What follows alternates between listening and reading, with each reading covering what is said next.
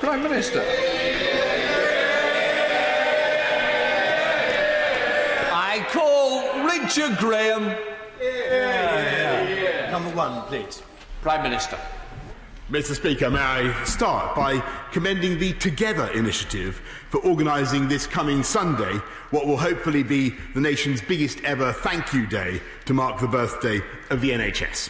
It will provide the perfect moment to thank not just our amazing NHS and care workers, but also those key workers who have helped in the national effort throughout our fight against coronavirus, and indeed all those across the country who have gone the extra mile for their local communities in these challenging times. I'm sure we can agree across this House that the NHS represents the very best of us and that we will always be there to support it. Mr. Speaker, this morning I had meetings with ministerial colleagues and others. In addition to my duties in this House, I shall have further such meetings later today. Richard Graham. Mr. Speaker, as the Prime Minister says, today is the 72nd anniversary of the NHS and a good moment for us all to appreciate the immense role of the NHS in all our constituencies, perhaps especially the Gloucestershire Royal Hospital, which has put up with me as a summer volunteer for the last 10 years. Mr. Speaker, the Prime Minister's launch of the UK New Deal yesterday paves the way for exciting new projects. Can I highlight for his attention the proposed Eco Park and Green Energy Park in Gloucester, which may need a little of the Chancellor's oil? And can I also highlight, should it be approved, the shovel-ready new Gloucester to Cheltenham cycleway, which I hope that he might accept an invitation to come and open with my honourable friend for Cheltenham and I when it is ready. Mr. Speaker, I thank my honourable friend very much for that question, and I congratulate him on what he's doing to support the wonderful new Eco and Green Energy Park, and I look forward to joining him on the new cycleway in due course. We now can Right Honourable Sir Keir Starmer, Leader of the Opposition. Thank you, Mr. Speaker. Can I too celebrate the birthday of the NHS, as we all will, this Sunday, particularly at this time? Mr. Speaker, at the daily press conference on the 18th of June, the Health Secretary said there's an outbreak of COVID-19 right now in parts of Leicester. Yet it was only on Monday evening this week that the government introduced restrictions. That's a delay of 11 days, during which the virus was spreading in Leicester. Why was the government so slow to act?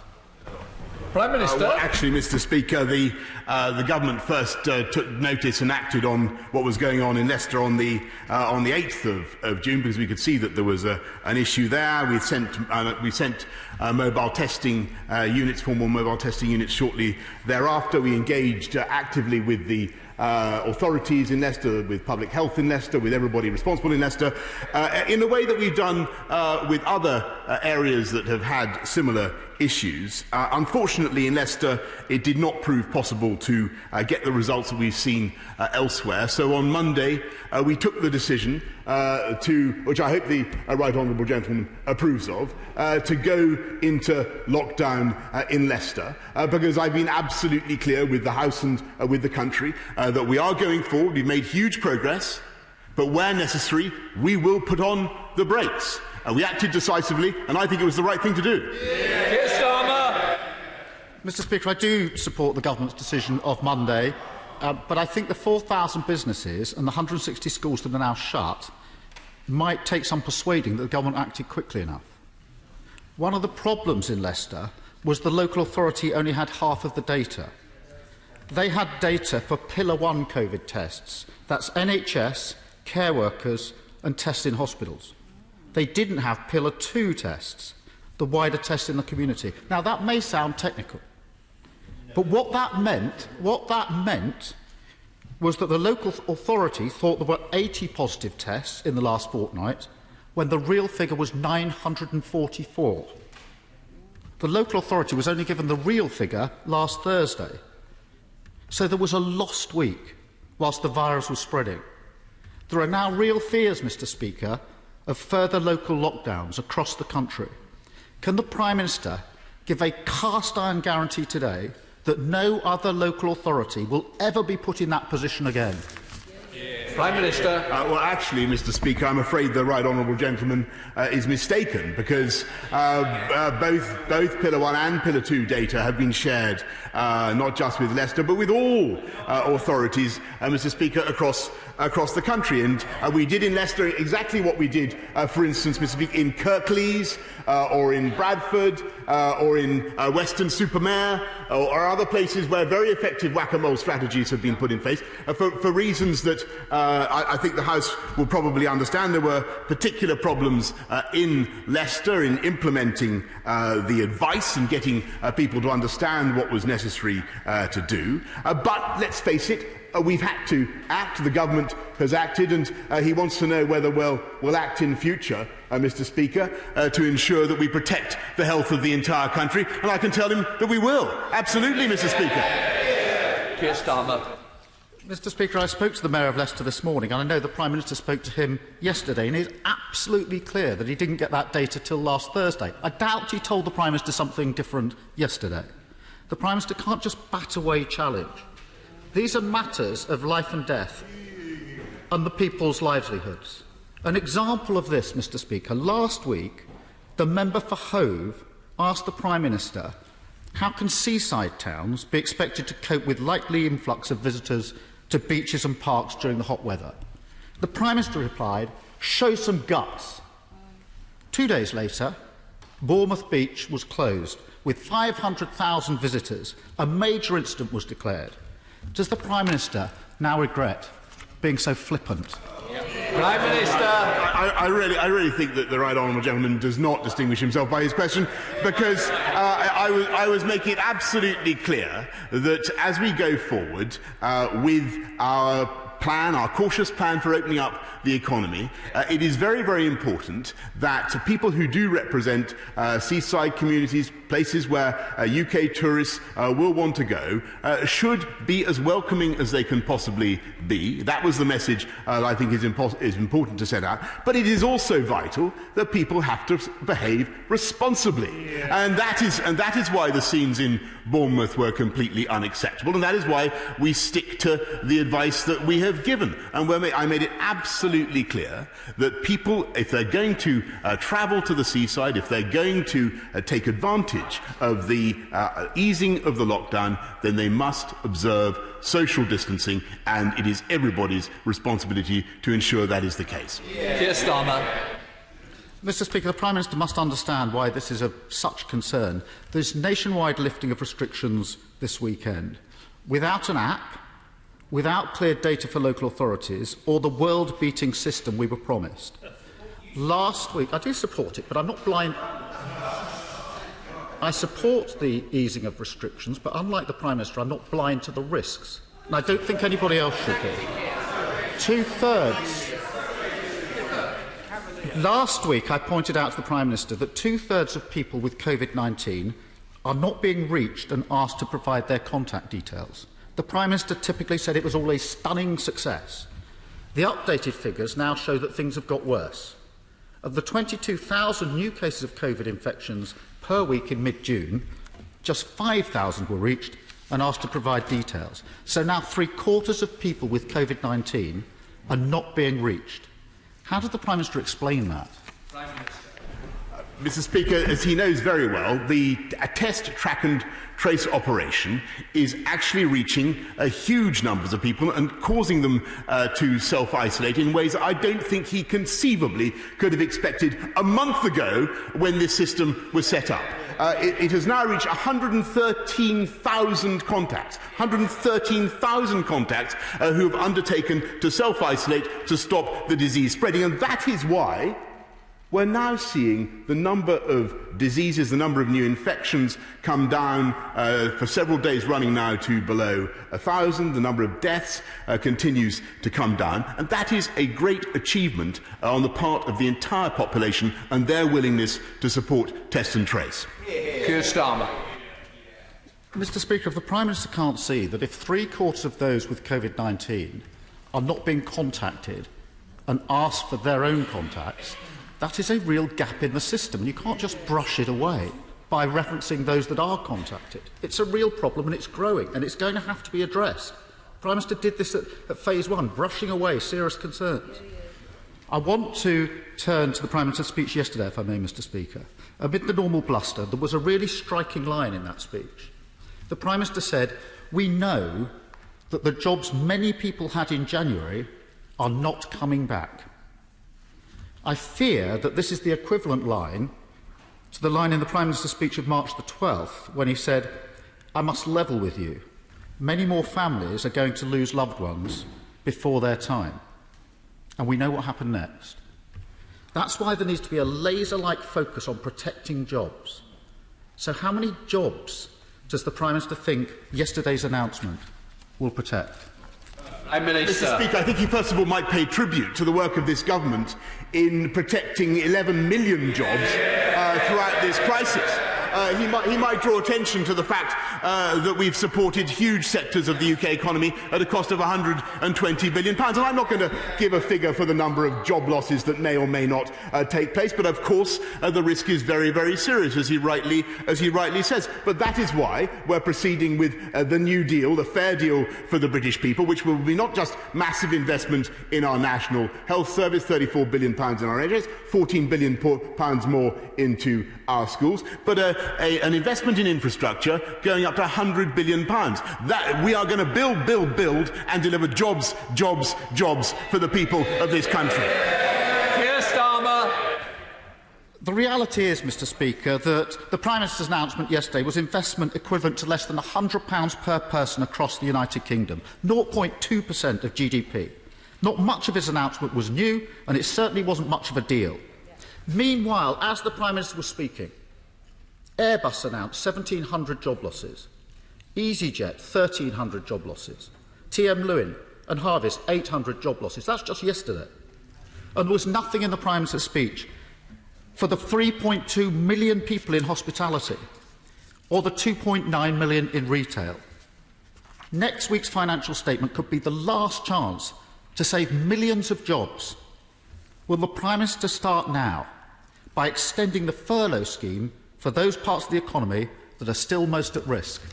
Prime Minister. Mr Speaker, let me just repeat and remind the House that overall this package represents a £600 billion package of investment in the UK economy. But the best single thing we can do is get our economy back to health by getting our people back into work and getting the virus defeated and under control. And the best thing actually that the opposition could do is stop equivocating and doing one thing one week and one thing another week this week, and decide that they emphatically support ending the lockdown. And they emphatically support kids being back in school rather than being bossed around by the unions. Mr Speaker, we are the builders, they're the blockers, we're the doers, they're the ditherers. We're going to get on with it and take this country forward. Thank you very much, Mr Speaker. Does my right honourable friend not share my anger and the frustration of the Scottish tourist sector, just as it's getting back on its feet, that it's having the legs pulled out from under it by deeply irresponsible, damaging and divisive talk of arbitrary border closures and quarantining of visitors from across the rest of the United Kingdom? Prime Minister. Well, Mr Speaker, I must say I find the suggestion absolutely astonishing and shameful. There will be no such discussions with the Scottish administration about that. But I would point out to my honourable friend what he knows very well. There is no such thing as a border between England and Scotland. Talking of which, we come to the leader of the SNP, Ian Blackford. Thank you, Mr Speaker, and I'm sure that the thoughts of everyone in the House will be with me and those that were caught up in the terrible incidents in Glasgow last Friday, in particular with PC David White, and those that went to do their duty, and we hope that everyone makes a speedy recovery from their injuries. Mr Speaker, yesterday the Prime Minister delivered his self-proclaimed relaunch speech, but when asked what new money will be given to the Scottish Government at the daily press briefing, the Prime Minister's official spokesperson laughed. Laughed, Mr Speaker. That's what this government thinks about funding for the Scottish economy. Jobs, families and livelihoods. They think it's a joke. Is the Prime Minister capable of answering a direct question? And I don't want the usual waffle. It's a straightforward question. What are the new Barnett consequentials coming to Scotland as a result of yesterday's speech? Well, Mr. Speaker, I think he probably does the spokesman in question a serious injustice, because I think I don't believe that he would have taken this issue anything other than seriously, because it's quite astonishing fact that already. Or he should wait till next week to have the full Barnett consequentials for what we're outlining from my right honourable friend, the Chancellor. But I really do hope that he and all his SNP colleagues go around brandishing the fact that not only has this crisis seen the British Army, the British Armed Services, absolutely indispensable in Scotland and elsewhere in helping us get through it, but they have seen the UK Treasury step up to the plate and get that furlough funding across all 4 parts of our United Kingdom.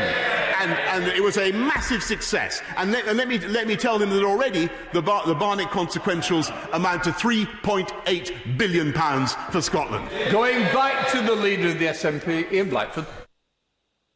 Well, the Prime Minister simply couldn't answer the question, because the question was, what were the Barnett consequentials out of yesterday? And we know, Mr. Speaker, that there was not a single penny for Scotland out of what was supposed to be a reset speech from the Prime Minister yesterday. This was a speech devoid of action, devoid of ambition, and devoid of any support for the most vulnerable in our society.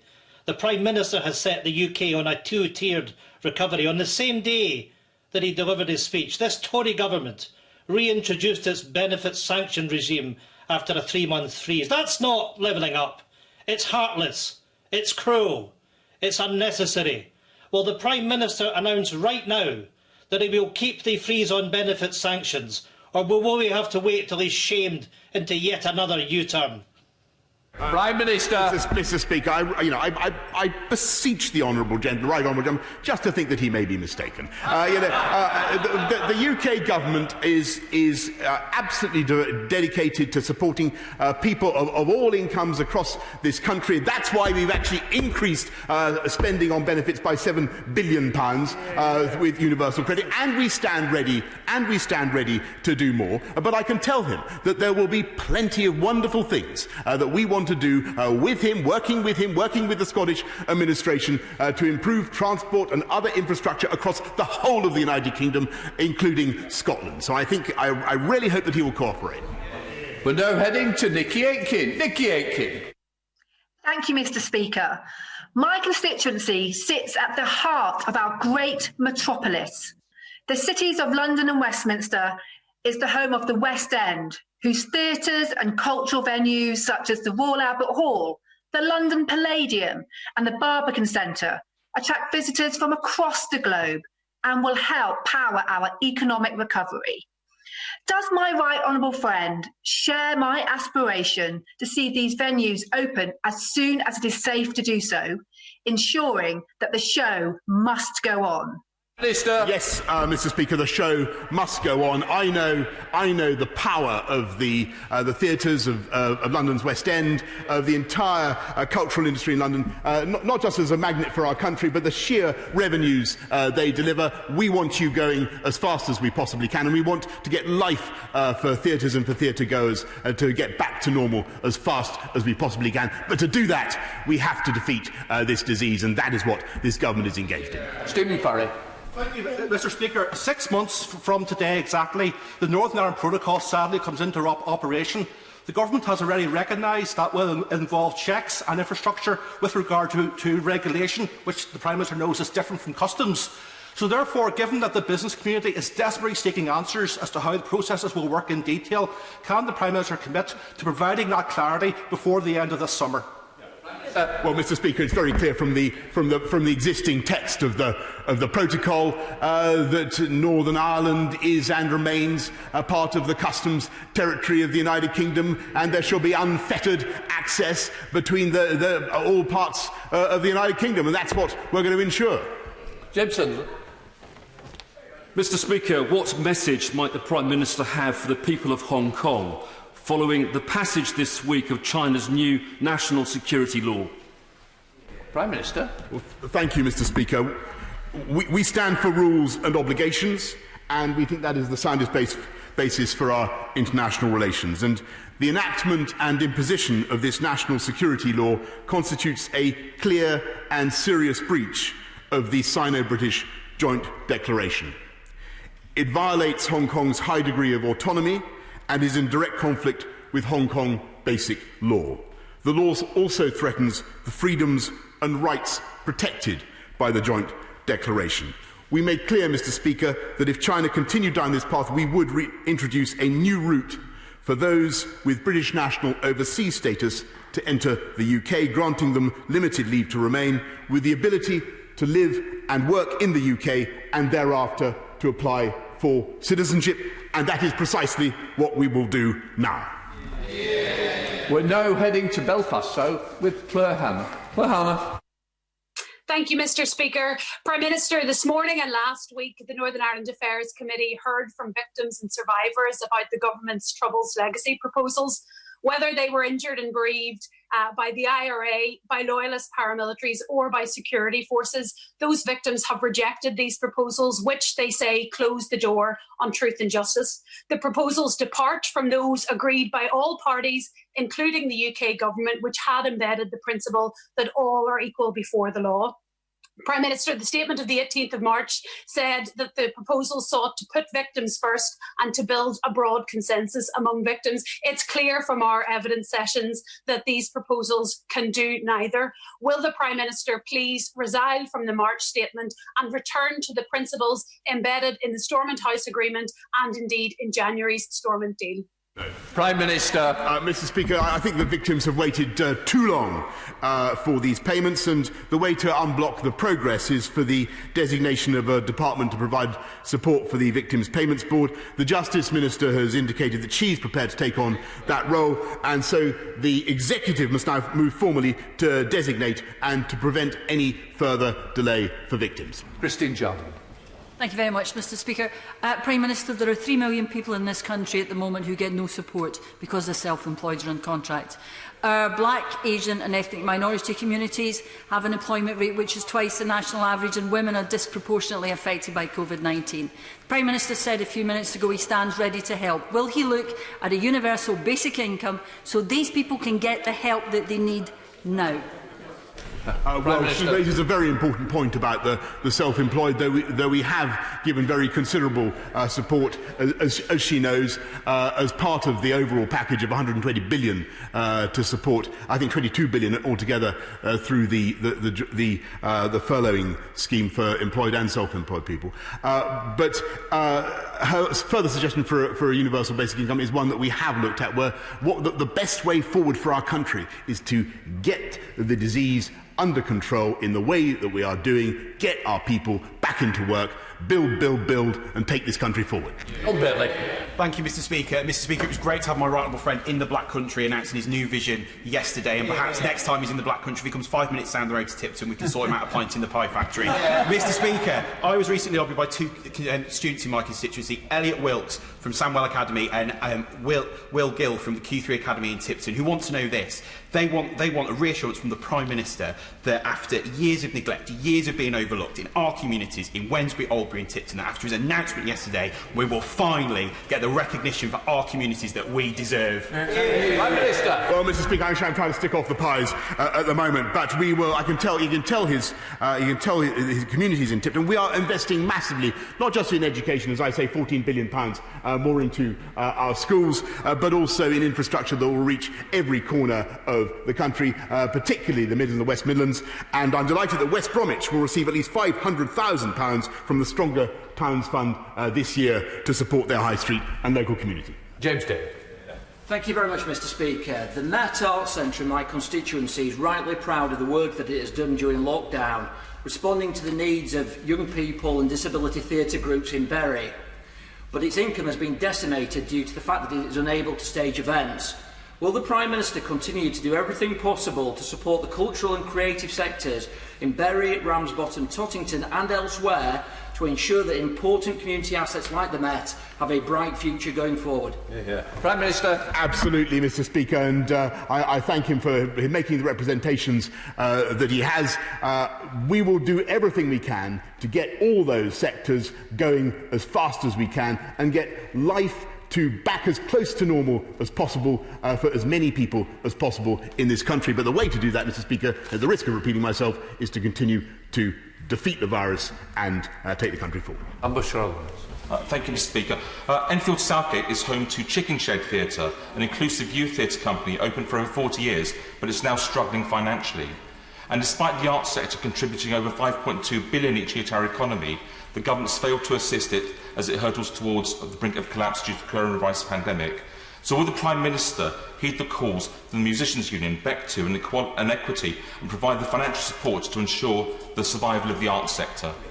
Well, yes, Mr. Speaker, this is becoming quite a theme this morning, and this afternoon, quite rightly too. I'm a fan of Chicken Shed Theatre. I know their work. We will do everything we can to assist, and the economic case for doing so is overwhelming. I would just say to people, keep supporting your workers. With the furloughing scheme, it's much better now to wait for times to get better rather than laying people off. That's my message. Heading to North Cumbria with Dr Neil Hudson. Dr Neil Hudson. Thank you, Mr. Speaker. Newton Rigg College is a land-based further education college in Penrith that has been listed for possible closure next year by its host institution. Will my right honourable friend ask government departments to work with me and local stakeholders to secure a sustainable future for this vital institution?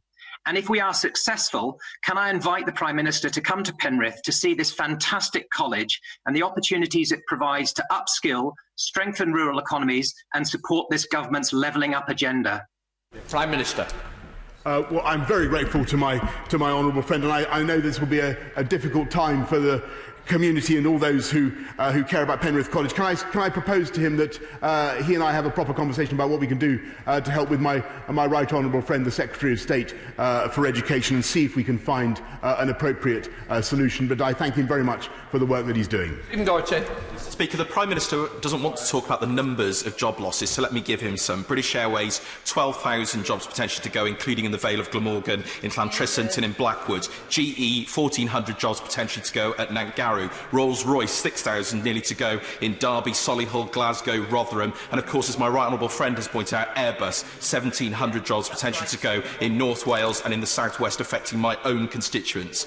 Workers at those plants don't want to hear slogans, they don't want to hear bluff and bluster. They want to know from the Prime Minister what he is going to do to save those jobs in the long term. They've had the furlough scheme. What's he going to do to protect them going forward? Mr. Speaker, I don't wish to accuse the honourable gentleman of failing to listen to what I've been saying over the last few days. But in addition to the £120 billion of support that we have put into the economy, we have to recognise that people now are, as he says, worried about their jobs, and that is why we have a plan to build a £600 billion programme of investment and to deliver jobs. And for sectors across the country where we need to keep young people in particular in employment, we have offered, as he knows, Mr. Speaker, an opportunity guarantee so that they will have either an apprenticeship or an in-work placement or the opportunity for training. Mr. Speaker, the pubs are reopening, but we still won't be able to go to the Marsden Jazz Festival, Slathwaite Philharmonic, Holmfirth Picturedrome, Lawrence Batley Theatre or even Honley Male Voice Choir concert. Will the Prime Minister, in an effort to support the thousands of musicians, actors, dancers across the country who are struggling, look at replenishing the Arts Council's funds that have been redirected to the emergency COVID response so that we can have a vibrant creative industries coming out of this crisis? Mr. Speaker, the House is speaking with pretty much one voice this morning, and I totally share people's sense of urgency about wanting to get our wonderful creative culture, theatrical sector open as fast as we can. But the House will also remember that what we're trying to do now involves striking a balance. And it is very, very important, as we open up the economy, that we do not go too far and risk a second spike and risk further outbreaks. People can see what's happening in Leicester, for instance. We need to be very, very careful that we do this in a prudent way. And as we open the theatres, which we will, we want to make sure that we can do it in a COVID-compliant and COVID-secure way. And I'm sure that's what the House would want. Thank you, Mr Speaker. Can I say it was excellent to see the Prime Minister participating yesterday in the Christians in Parliament event, and I thank him for the kind remarks that he made about answered prayer for his own health, and I wish him continued good health in the future. The Prime Minister said yesterday in a major speech that he wants the economy to build, and he announced that there was going to be 4,000 zero-emission buses for the United Kingdom. Will the Prime Minister ensure that those 4,000 new zero-emission buses are hydrogen buses that will produce jobs and deliver a new green economy for the whole of the United Kingdom? And will he invest in hydrogen? Well, we will certainly invest massively in hydrogen, Mr Speaker. I can't make any particular undertakings about where those contracts will go now, but as he knows well, I'm a big fan of buses made in Ballymena. Thank you, Mr Speaker. Following the publication of MHCLG's report on the 8th of June into the risks of fraud and corruption in local government procurement, does the Prime Minister agree that procurement fraud betrays the taxpayer? It erodes public trust in our democratic systems, and we should take firm action against those that waste our public money? Prime Minister. I certainly do, Mr Speaker, and I think that fraud is corrosive of public trust and wasteful of public money, and it is absolutely vital that all councils learn the lessons of that report, and I thank him for drawing it to the attention of the House. Mr Speaker, at Year 6, children on free school meals are 9 months behind their better-off classmates. By GCSE year, that extends to 18 months. 700,000 children have had no access to the internet for schoolwork during the lockdown. If the Prime Minister is sincere about wanting to level up and make this country good for everyone, will he give government time to pass a cross-party bill giving internet access and devices to all children on free school meals? Prime Minister. Mr Speaker, I passionately support the objective of making sure that there is IT fairness and all kids have access to the technology that they need. We've rolled out huge numbers of laptops across the country to kids to pupils on free school meals. But the most important thing that I think should happen now is that all pupils in Year 6 should now be back in school, and it's still very disappointing that we haven't had an unequivocal declaration of support for the safety of schools from the party opposite. Thank you, Mr Speaker. Enterprise zone status at Silverstone Park and Westcott in my constituency has been critical in bringing high-tech innovators to Buckinghamshire across 5G, rocketry, automotive and motorsport. Will my right honourable friend join me in congratulating these wealth creators, innovators and entrepreneurs and commit to extending their enterprise zone status and business rate relief period from 2021 to 2024 to ensure they continue to be an engine of economic growth? Prime Minister. Well, I will certainly look at the proposal that he makes. I'm sure my right honourable friend, the Chancellor, will want to study it. But I also congratulate everybody involved with the Aylesbury Vale Enterprise Zone for the cutting-edge technology that exemplifies the very best of this country and shows the way to our future. Stephen James. Thank you, Mr Speaker. The government was right to raise universal credit by £20 a week at the start of the crisis, but other benefits, like employment and support allowance, claimed by other people in identical circumstances, was not raised. The All-Party Working Pensions Select Committee recommended unanimously last week that those legacy benefits should be brought back into line with universal credit and raised. That's since been endorsed by the former Secretary of State, the Right Honourable Member for Preseli. Will the Prime Minister endorse it as well? Well, Mr Speaker, we've done a huge amount, and he's a tireless campaigner on this matter, but I think the House will accept that we've done a huge amount to increase support for people on benefits, and I remind him that the increase in universal credit and working tax credit is up to £1,040 a year, benefiting 4 million families across this country.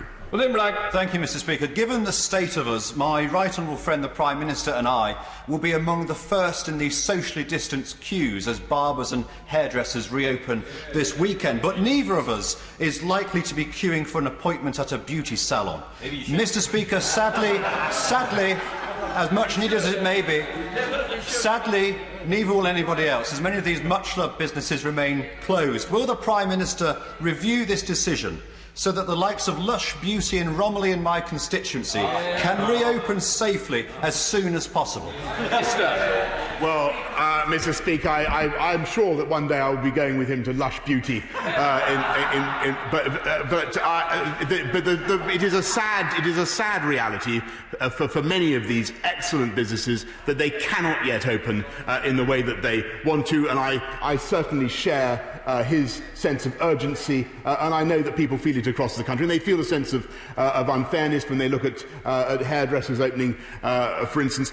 I just must repeat to the House the need to strike the balance that we've described, that I believe is understood by the party opposite, and the need also to open up in a way that is COVID secure. As soon as we can do that, as soon as we're sure, Mr. Speaker, that nail bars, that beauty salons can open in a way that are COVID secure, we will do so. Alan Dorrans.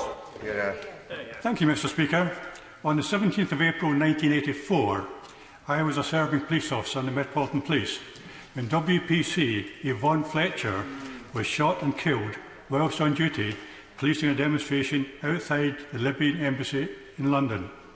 No one has ever been charged in connection with her death.